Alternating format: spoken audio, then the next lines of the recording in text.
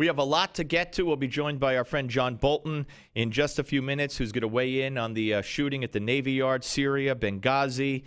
We have a follow-up on the Obama phone, and you'll hear from the Obama phone lady. That's right.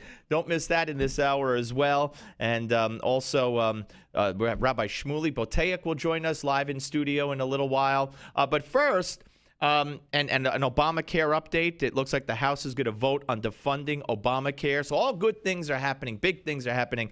But in New Jersey, we have a very important Senate race that is well underway. As you know, Steve Lonegan is the Republican nominee. Cory Booker, the mayor of Newark, is the Democrat. And joining us now is our friend Steve Lonegan, the former mayor of Bogota, New Jersey. Hey, Steve, how are you? Hey, Steve, I'm just back from West Orange where we had a press conference in front of the law office of Cory Booker's former law partners. Well, maybe former. According to his tax returns, as he's still involved with this firm. Well, Strengthy Pasquale. Yes. Well, I want to talk about that. I want to get to that. Well, let's start with that then. And you challenged Booker to disclose his purported separation from this law firm because we've learned, I guess, that while he was getting a payout from that law firm, the city of Newark, where he was mayor, or is mayor, awarded contracts to this law firm. Well, the question is it a payout or a payoff? Right now it looks like a payoff, and it's up to Cory Booker to prove otherwise. Prior to becoming mayor in 2007, Mr. Booker was a councilman in Newark, and he had ran for mayor 4 years earlier. And at the time, he was for 6 years with this law firm. After being with the law firm for 4 years, they made him a partner for the last 2 years. Now, all the time knowing this guy was running for mayor. I mean, he was focused. He had already run once. He was focused on winning.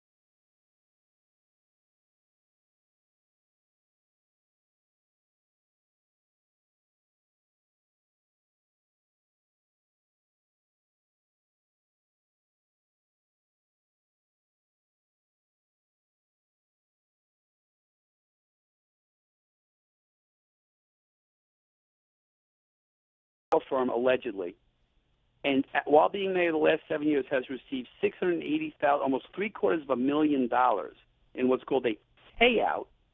We're not sure, payout, payoff from this law firm that simultaneously received millions in contracts from state agencies. Now, when he revealed his tax returns, he checks off on the tax return that he had been materially involved with the law firm while he's mayor and while they're getting this contract and while he's getting these big fat checks. Now, this is the guy who got on the Jimmy Fallon show the other night and talked about how important it is to be transparent.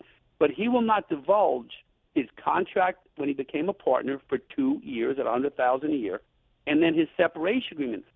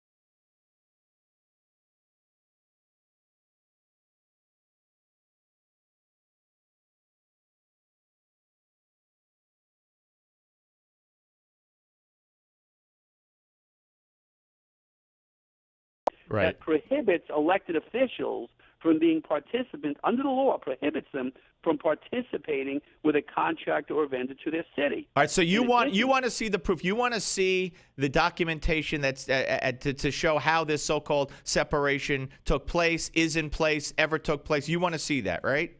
Look, either this law firm are either very bad business people, because they give this guy a partnership with 2 years to go before he becomes mayor, and then they give him an enormous amount of money, and they just happen to get big, fat, juicy contracts.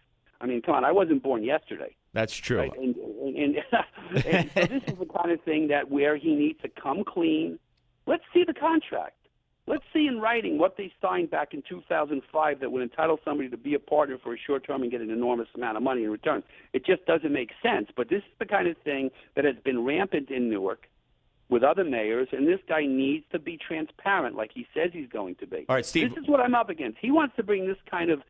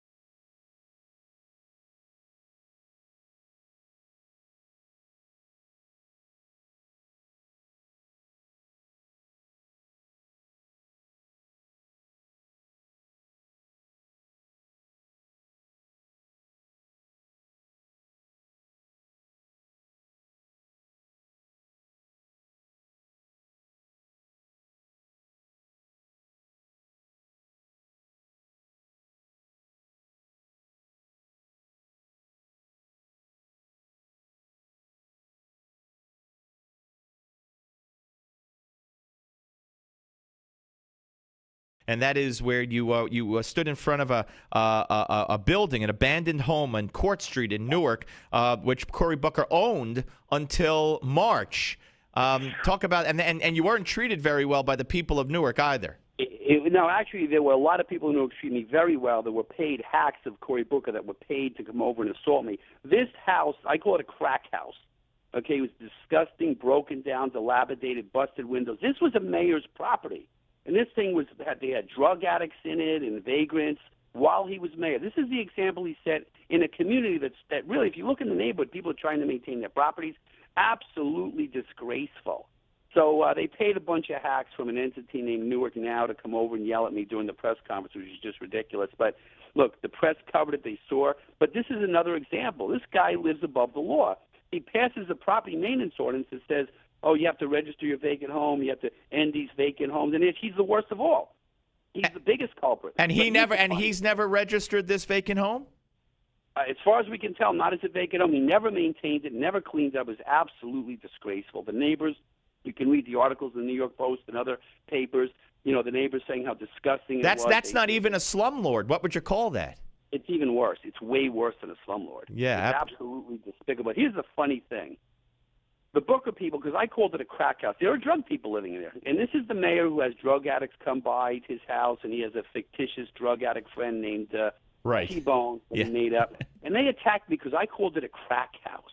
And that's a code word, apparently, to rev up the right wing. I said, look, you tell me what drug T-Bone wants it to be called. Is it a heroin house, a methadone, a methamphetamine house? I don't care. Whatever the Booker people drug they wanted to call it, it's fine with me. Right. Attack the messenger, Steve. Right. Attack you for calling it what you call it, but ignore the fact that it's there. Just attack you. It's a good trick of the media. I know you got the Rand Paul endorsement. You got that on our show. We heard that from him himself, and I know that other national figures are stepping up as well. I have Governor Christie's fundraiser tomorrow night in New Jersey at the Forest Gate Country Club. Steve, it's going to be a big event. I'm excited about the governor's support. He's been terrific. And we have Governor Rick Perry coming in on October 1st, which is the day Obamacare kicks into high gear. Yeah, very exciting. Steve, I wish you nothing but the best. We'll keep talking to you, and where people could go, where to help you out. Lonegan, Lonegan, Lonegan.com. I need to raise money. We raise money, we're going to win, and we're going to win the first Republican U.S. Senate race in the nation in New Jersey.